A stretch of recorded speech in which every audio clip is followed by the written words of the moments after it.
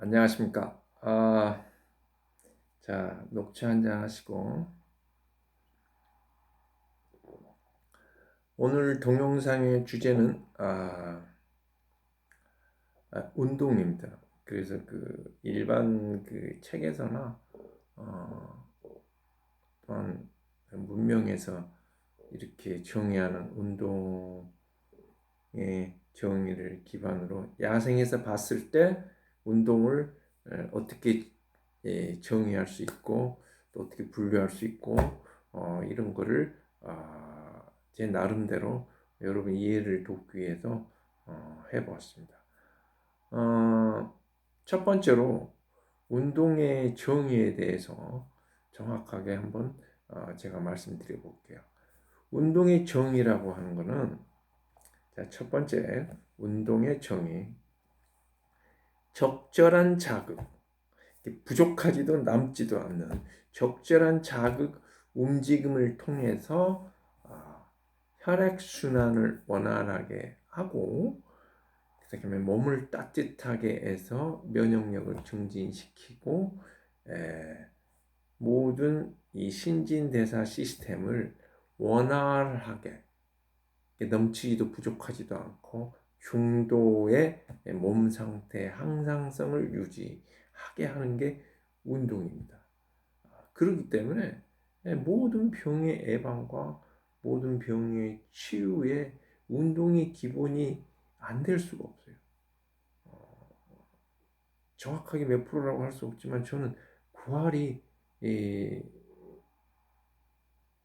운동이 90%가 병의 치유에 운동이 기본이 되어야 한다라고 항상 주장하는 겁니다. 네.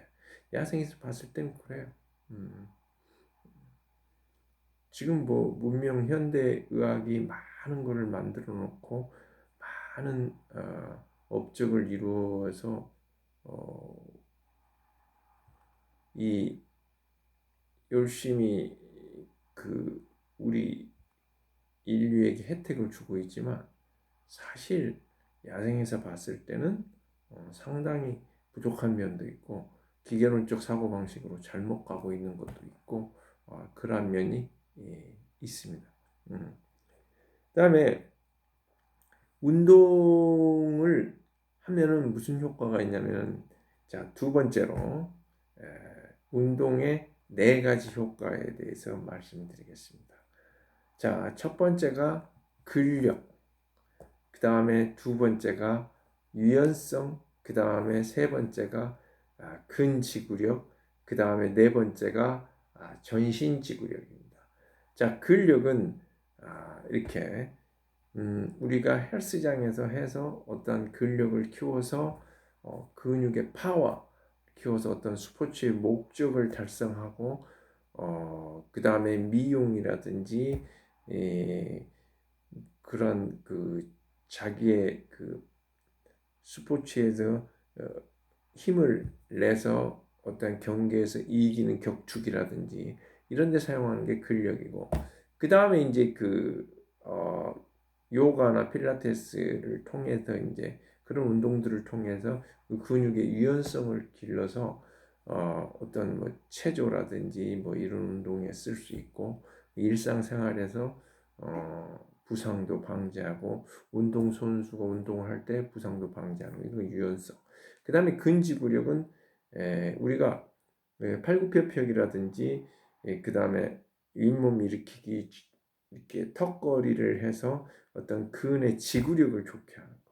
이게 세 가지가 있고 마지막으로 운동의 효과에 있어 네 번째가 뭐냐면 전신지구력입니다. 이 전신지구력이라고 하는 것은 뭐냐면 운동을 해서 심폐기능을 좋게 해서 제가 그래서 이 겉근육과 속근육을 나누는 겁니다. 지금 정확하게 정의가 학문적으로 겉근육과 속근육이 있는 게 아니에요. 그 경계도 명확하지 않지만 이 정의로서 제가 속근육과 겉근육을 나누는 거예요. 그리고 속근육은 대체적으로 안쪽에 많이 붙어 있고 그 다음에 이 전신 지구력을 위한 근육이 속근육이라고 제가 정의를 내린 겁니다. 그래서 여러분의 이해를 돕기 위해서 이 전신 지구력을 좋게 하기 위해서 속근육을 개발하고 운동하는 것, 이것을 제가 자연 리듬 운동이라고 정의를 내리고 지금 계속 연구 개발하고 그 다음에 여러분에게 소개하고 있고, 지금 많으신 분들이 임상도 하시고 또 백데이터도 저한테 주시고 이렇게 해서 병도 치유되고 이런 것들을 지금 제가 만들어 나가고 있는 겁니다. 그래서 이 전신지구력이라고 하는 것은 심폐지구력이라고도 할 수 있고, 그래서 이 전체 혈액순환을 원활하게 하는 데 목적이 있습니다. 속근육을 탄력 있게 해서 혈액순환을 원활하게 해서 병을 예방하고 병을 치유하는 스포츠의학의 분야, 이거는 이 세 개는 어떤 스포츠의 분야예요. 그 문화의 문명 리듬 운동이고, 제가 이해를 돕기 위해서 극단적으로 설명하면 문명 리듬 운동이고, 이거는 야생 자연 리듬 운동이다. 이렇게 이제 그 전신지구력은 이렇게 나누고 있습니다. 그래서 제가 운동의 효과라고 하는 것은 어떤 근력이나 유연성이나 이런 근지구력에 초점을 맞추기보다는 전신지구력에 초점을 맞춥니다. 그리고 전신지구력을 좋게 하는 유산소 운동을 하면 앞에 세 가지가 어느 정도 충족이 돼요. 그렇지만 앞에 세 가지를 충족한다고 그래서 이 전신지구력이 좋아지지는 않아요. 극히 좋아지지는 않아요. 그냥 일부는 좋아질 수 있으나. 예. 그래서 제가 전신 지구력에 초점을 맞추는 것이고, 또 제가 앞에 동영상에서 말씀드렸지만 여자 나이 32, 남자 나이 35이 되면 종족 번식이 끝났다 생각하고 이 속근육을 빼버린다 그랬죠. 1%씩 1년에. 그러면 이 중년 40대 이후에 속근육을 보강해서 혈액순환을 원활하게 하는 이 전신지구력 운동을 해야지, 40대 이후에 속근육이 막 빠져 있는데 겉근육 운동만 해서 이렇게 헬스라든지 이런 걸 해서 막 오히려 이렇게 무게를 더 나가게 해서 짓누른다든지, 속근육은 중력에 반해서 우리 몸을 지탱해 주는 역할을 하지만 겉근육은 찍어 누르는 거예요. 이게 배낭을 하나 더 매는 거죠. 그래서 저는 이 40대 이후에는 이런 근력이라든지 유연성이라든지 이런 근지구력의 초점을, 그게 필요 없다는 게 아니고 초점을 맞추는 운동보다는 전신지구력을 하면 이 세 가지가 근력, 유연성, 근지구력이 따라오기 때문에 전신지구력 운동을 해라. 그게 이제 유산소 운동을 말하는 거예요. 그래서 이 전신지구력을 좋게 하기 위해서 딱 정의 내린 게 있습니다. 이건 여러분들이 다 아실 거예요. 운동에 대해서 정확하게 모르시더라도 매일이라고 했습니다. 쌕쌕거릴 정도로 40분 이상 유산소 운동을 해야 한다. 이 말이 전신 지구력을 증진시켜야 한다. 스포츠과학적인 그 말입니다. 자, 전신 지구력을 걷는 걸로 이렇게 좋게 하려면 6시간 이상을 걸어야 한다고 저는 임상이나 모든 거에서 알아냈어요. 그래서 40분만 조깅을 하면 되는데 걷는 걸로는 6시간이나 걸린다. 굉장히 걷는 거는 비효율적이죠. 걷는 게 나쁘다는 게 아니고 그 수준에 따라서 다릅니다. 그러니까 아까 제가 운동의 정의에서 땀을 날 정도로의 내 몸을 데필 정도의 그 운동이어야 한다, 그 움직임이어야 한다고, 자극이어야 한다고 그랬잖아요. 그럼 80세나 70세 걷기 힘들어 하신 분들은 걷는 게 대단한 운동이 됩니다. 그 자기의 근육 역량의 한계치에서 하시는 거예요. 그런데 건강한 사람이나 그 다음에 젊은 사람들이 그 걷는 거는 중년도 마찬가지고 뭐 이렇게 걷는데 막 옷을 껴입어야 한다더니 가을에 좀 쌀쌀한데 겨울에 이런 것들은 저는 운동이 그런 느낌을 가지면 운동이 아니라고 저는 이야기를 합니다. 제가 극단적으로 이야기하는 것은 여러분 이해를 돕기 위한 거예요. 그게 꼭 운동이 아니다 이게 아닙니다. 아 예를 들어서 겨울에 다 판정이 나요. 제가 아침에 이렇게 자연 리듬 달리기를 할 때 아주 얇은 옷 하나 입습니다. 어, 그런데도 춥지 않아요. 막 더워요. 그것까지 벗고 싶어요. 왜 다른 사람들의 이목이 있어서 우통을 못 벗는 거지. 그냥 그 정도로 막 몸이 히딩이 됩니다. 근데 걸으면요, 저는 굉장히 기분이 나빠요. 막 이렇게 두꺼운 옷을 입어도 계속 으실으실 춥고 그렇습니다. 그래서 항시 운동에 있어서 유산소 운동을 이야기할 때, 그다음에 전신 지구력을 좋게 하기 위해서는 그런 히딩할 수 있는 강도의 쌕쌕거릴 정도의 운동을 해줘야 한다는 거, 이거를 명심하시고, 그 다음에 이제 운동 종류를 하면 무산소 운동이 있고 무산소 플러스 유산소 운동이 있고 그 다음에 순수 유산소 운동이 있어요. 그러면 이제 운동의 분류의 이제 세 가지를 말씀드릴게요. 세 번째로 운동의 분류. 무산소 운동은 그냥 말 그대로 그냥 100m 달리기라든지 그 다음에 덤벨이나 이런 걸 들고 이렇게 근력을 좋게 하는 운동, 이게 무산소 운동이에요. 이런 무산소 운동은 굉장히 젖산도 많이 내고 사실 우리 몸에 그다지 그렇게 좋지는 않아요. 근력을 하나 좋게 하는 건데 제가 아까 말씀드렸듯이 근력도 속근육의 파워가 더 낫지 겉근육의 그런 파워 이런 거는 별로 중년한테는 필요하지 않다. 운동 선수가 아닌 이상은. 그래서 무산소 운동은 저는 추천을 하지 않고 차로 이야기하면 활성산소도 굉장히 많이 나와요. 그러니까 예를 들어서 처음에 출발할 때 붕 그렇게 해서 매연도 많이 나오고 차에 무리도 가고 이런 거가 무산소. 그럼 무산소 운동과 유산소 운동이 합쳐진 건 뭐냐면 축구를 하면 축구의 수비는 유산소 운동이고 공격은 무산소 운동이고 달리기도 100m 달리기는 무산소 운동이고 자 그렇게 천천히 달렸다 빨리 달렸다 무산소 유산소 운동 왔다 갔다 하는 것 이런 것들입니다. 사실 이것도 저는 추천을 하지 않고 이 순수 유산소 운동을 추천을 해 드립니다.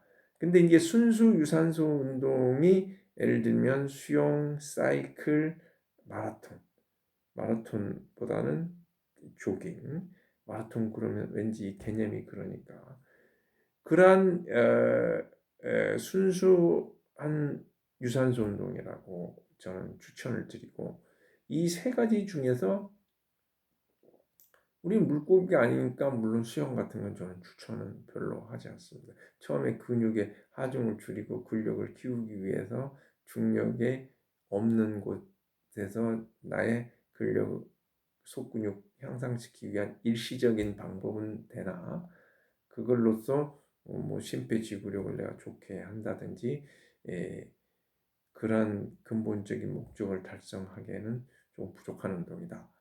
그 다음에 자전거도 어떤 무릎이라든지 이런 것 때문에 내가 먼저 속근육 근력을 키워서 내가 어떤 달리기를 하겠다라고 하는 중간 과정으로는 저는 오케이 하지만 그것도 뭐 별로 그렇게 그다지 추천하지 않습니다. 이 달리기하고 걷기가 있는데 걷기는 아까 말씀드렸듯이 고연령한테는 어느 정도 운동이 되나 너무 약해서 비효율적이다. 안 좋은 게 아니고 비효율적이다. 그래서 조깅이 가장 최적화된 우리 인간의 운동이다 라고 추천을 합니다. 그래서 조깅을 하실 때 자기 역량에 맞게 오버도 하지도 않고 부족하지도 않는 역량에 맞게 할 수 있는 방법을 자연 리듬 달리기에서 제가 문화 마라톤 달리기가 아니고 자연 리듬 달리기에서 접근하는 방법을 주로 설명을 할 겁니다. 그리고 또한 달리기는 우리는 발바닥을 두드려서 온몸의 근육을 움직이고 혈액순환을 시키도록 진화가 적합하게 되어 있어요. 그렇기 때문에 이 발바닥을 내가 두들긴다는 의미는 상당히 큰 의미입니다. 오장육부하고도 연결되고 몸의 전체적인 말할 수 없는 시스템을 회복하는데 달리기만큼 좋은 게 없어요. 그 다음에 다리는 어떻게 진화가 됐냐면은 다리는 너무 커도 안 돼. 오리발 우리가 신으면 걸을 수가 없잖아요. 움직일 수가 없잖아요. 그래서 적당한 크기의 이 몸을 지탱을 하고 하루에 160km를 뛰어다닐 수 있는 대단한 발입니다. 역학적으로, 과학적으로, 건축학적으로도 그렇고 이게 아치 모양부터 시작, 충격 흡수부터 시작해서 이 완벽한 이 진화 우리를 여기까지 끌고 온 이 발을 이용을 해서 운동을 하게 되어 있고 그러한 시스템 우리 몸이 전부 조직되어 있어요.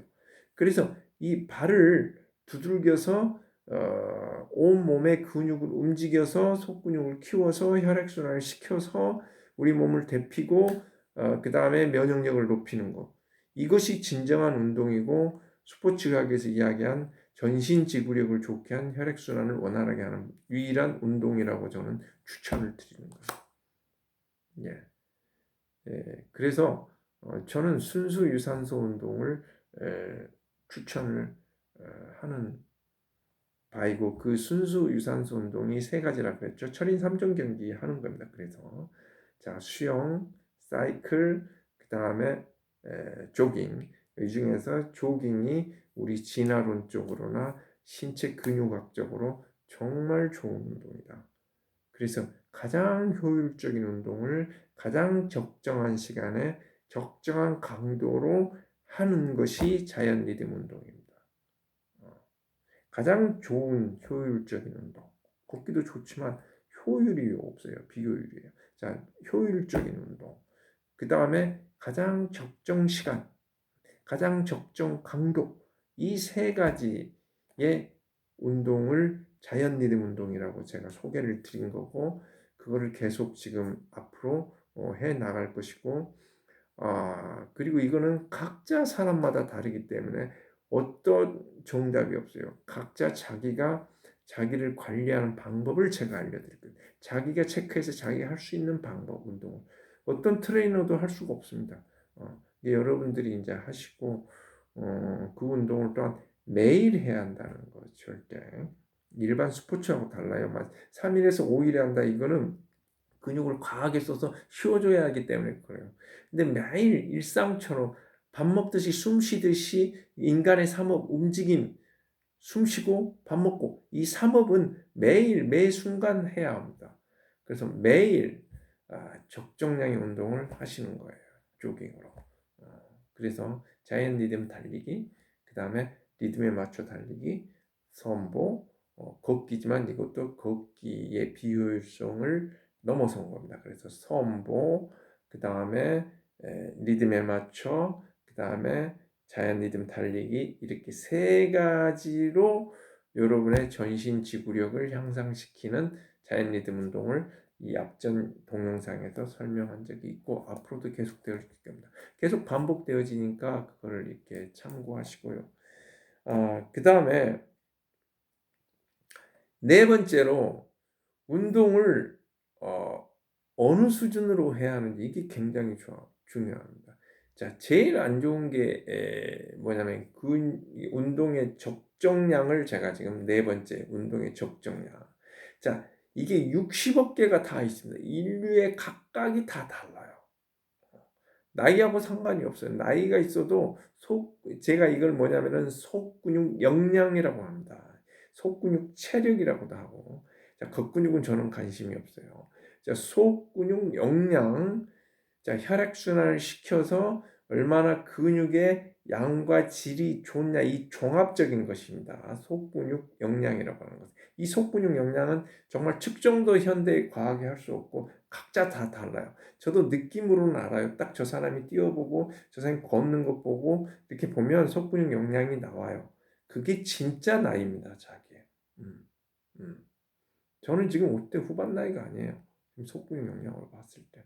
양방적으로 검사를 해봐도 그렇고 제 느낌도 그렇고 그래서 절대 해춘할 수 있다고 하는 거죠. 이거는 나이하고 상관없이 남녀노소도 상관없습니다. 남녀는 어느 정도 이렇게 평균치의 차이가 있고 노소의 어느 평균치에 있지만 여자라고 해도 개발을 많이 해버리면 남자를 훨씬 능가하고 좀 늙더라도 개발을 해버리면 젊은 사람보다 훨씬 낫다라고 이 말입니다. 그래서 상관이 없다는 거예요. 어느 정도는 상관이 있지만 자 그렇게 해서 각자 다 달라요. 그럼 내가 이렇게 돼 있는데 이 정도인데 내가 걷기라고 하는 게 이게 그 다음에 운동 안 하는 거 걷는 거 이거 다 전신지구력 건강에 좋지 않습니다. 그냥 80세는 걷기만 해도 내가 이 경계점이다. 이 자기 속근육 영양의 경계점까지 운동을 해야 한다고 그랬어요. 이 경계점까지 걷기만 해도 되는 거는 정말 좋은 운동입니다. 그분한테. 하지만 막 50대인데 자기는 지금 좀만 기술을 배우고 하면 자연 리듬 운동을 하면 조깅을 할 수 있는데 지금 그걸 모르고 그냥 걸으면 무릎이 연골이 닿는다든지 이런 편협된 그 지식을 가지고 그냥 안 걷고 아니 그 자기 역량의 속근육 역량만큼 안 하고 그냥 걷기만 한다? 이거는 걷는 게 수준이 여기라면 가만히 소파에 있는 게 여기예요. 둘이 똑같아요. 그러니까 하염없이 1%씩 빠지는 속근육에 하염없이 당하고 사는 게 똑같다는 거죠. 그러니까 낙하되는 거죠. 그러니까 소파에서만 생활하는 사람은 낙하산 없이 그냥 하늘에서 떨어지는 거고 그냥 걷는 걸 매일 1시간씩 한두 시간씩 하는 사람들은 그 낙하산 타고 떨어지는 거예요. 그냥 떨어지나 낙하산 타고 떨어지나 큰 차이는 없어요. 그러니까 항시 자기 경계점에서 해야 한다는 거. 이게 정말 중요한 겁니다. 소근육 영양이라고 하는 것은 어떻게 측정을 하냐? 그거는 자연 리듬 운동을 하다가 자기가 어딘가가 아프다, 통증 지점이 온다. 그러면 그게 자기의 속근육 운동해야 할 역량에 딱 5분 했더니 5분. 그러면 자기는 속근육 역량이 자연 리듬 운동을 기준했을 때 이거 리듬에 맞춰 5분만 하면 된다. 그럼 5분만 계속 하면 됩니다. 그 다음에 이렇게 계속해서 올라가면 6분, 7분 이렇게 올라가는 거예요. 그렇게 하는 거죠. 그러니까 제일 안 좋은 게 자신의 속근육 역량은 그 밑에서 하는 거예요. 걷는 거나 소파에 있는 거나 아예 운동 안 하는 거나 저는 똑같다라고 봐요. 하등에 어떤 건강에 있어서 물론 그 조금 부상을 적게 당하고 원활한 관절이라든지 이런 걸 위해서는 걷는 거가 더 낫겠지만 진짜 암 안 걸리고 고혈압 내가 안 걸리고 어떤 생활 습관병 안 걸리고 정말 액티브하게 살 수 있는 그 건강을 저는 이야기하는 거예요. 그 건강에는 수준 미달이라는 거죠. 그럼 70점이 합격점인데 걸어서 60점을 맞으나 놀아서 20점을 맞으나 둘 다 불합격이 되듯이 자격이 없어 운전면허 못 따듯이 이걸 그렇다는 거예요. 극단적으로 이렇게 말씀드리면. 그게 안 움직인 거라고 제가 이야기할 때는 다 그런 겁니다. 자기 근육 역량보다 낮은 운동을 하거나 그 다음에 아예 안 움직이 이런 걸 다 안 움직인다라고 제가 이야기할게요. 이해를 돕기 위해서. 그게 제일 나쁘고 두 번째 나쁜 게 뭐냐면은 이렇게 두 가지가 있어요. 황영조처럼 이렇게 과하게 하는 겁니다. 국가대표처럼. 그렇게 해서 과하게 해서 이걸 이렇게 올려놓고 또 염증이 내리고 올리고 내리고 이렇게 위에서 데리고 막 자기 근육 소근육 역량 올라가는 거 이거 안 좋습니다. 그 다음에 두 번째 이런 오바가 있고 전문 운동선수들의 두 번째 오바는 뭐냐면은 일반 민간인들이 한 달 동안 책상에서 그냥 업무만 보다가 갑자기 설악산 올라가고 갑자기 도봉산 준비되지 않는 근육으로 주부님들도 그냥 있다가 어느 날 생일잔치 한다고 그냥 설거지 3시간 해버리고 김장김치도 하고 이러한 것들이 전부 부상을 불러일으키고 안 좋은 거예요. 안 움직이는 것보다는 낫지만 세 번째, 가장 좋은 게 뭐냐면 자기 근육 역량에 평소에 속근육 역량 운동을 평소에 그러니까 자기 심폐 기능에 딱 자기를 어느 정도 자극할 수 있는 그 근육 역량에 맞춘 운동법을 알아서 매일 1시간씩 하는 거. 그래서 계속 이걸 역량을 올려서 계속 운동량을 늘려가고 강도를 늘리는 거. 그래서 내가 1%씩 빠지는 거 1.1% 이상을 내가 채워 넣는 거 속근육을. 이게 진짜 운동입니다. 건강을 지키기 위한 운동, 알랑방구 운동이 아니고 이걸 하셔야 해요. 그렇게 해서 그걸 리드하는 게 제가 이 프로그램 자연 리듬 운동의 프로그램입니다. 그래서 자연 리듬 운동이라고 하는 것은 자신의 역량을 첫 번째 찾게 하는 것, 속근육 역량을. 그 다음에 두 번째, 그 역량에 맞춰 계속 수행을 하실 수 있도록 어떤 리드를 해드리는 거. 그러면 이제 세 번째, 스스로 이제 깨우쳐서 이걸 쳐 올리면서 자기 역량을 키울 수가 있습니다. 그럼 이거 쳐 올려서 역량이 늘어날 때 막 다리에 기운이 오고 팔에도 기운이 오고 이런 걸 어디다 풀려고 할 데가 없어요.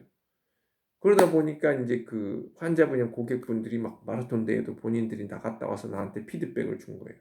갑자기 무릎 환자가 어느 날 내가 가르쳐준 대로 자연 리듬 운동을 했더니 막 무릎이 낫고 2기였는데 막 물이 차고 이랬는데 3개월 하니까 다 낫고 그래서 내가 갔다 왔더니 10km를 갔다 왔더니 무리 없이 뛰었다. 나한테 줘서 3개월 정도 하면 10km를 뛸 수 있구나. 내가 그래서 이제 이벤트를 만들게 된 거예요.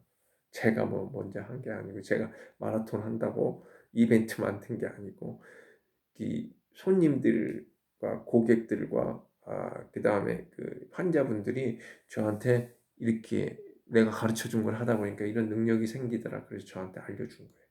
그래서 제가 이제 이벤트를 해서 자꾸 그렇게 지속되게 해드리는 겁니다. 자, 마지막으로 한 3분 동안 이제 그 많은 이 정보와 인포메이션이 돌아다녀서 이 운동의 방해 요소가 있습니다. 그 운동의 방해 요소를 다음 동영상에서 자세하게 말씀을 드릴게요. 다시 한번 지금 여기서는 이제 그 어떠한 것이 있다라고 하는 것만 이야기합니다. 첫 번째 우리가 가장 운동에 대해서 방해 요소 왜 운동을 안 하십니까? 그러면 첫 번째 여러분들이 이야기하는 게 뭐냐? 연골이 닳는다. 그다음 두 번째 자외선 햇빛 이야기하고 미세먼지. 그 자연의 햇빛이는 미세먼지의 해독. 그 다음에 세 번째 운동을 하면 활성산소가 나온다라고 하는 이 활성산소 이야기를 합니다. 그 다음에 의사가 그냥 그 다음 네 번째로 전문가가 그냥 걷기만 하라 그랬다. 운동이라고 하는 거를 움직이지 말라 그랬다. 이래서 안 한다. 이 네 가지를 말씀을 많이 하세요. 그래서 이 네 가지에 대해서 다음 강의 때 정확하게 이제 운동의 방해 요소 이 네 가지에 대해서 말씀을 드리겠습니다. 자 이걸로 마치고요. 자꾸 저는 짧게 하려고 해도 재주가 없어서 길어지네요. 짧게 해야 한다고 다들 그런데 지루하더라도 좀 들어주세요. 예, 감사합니다.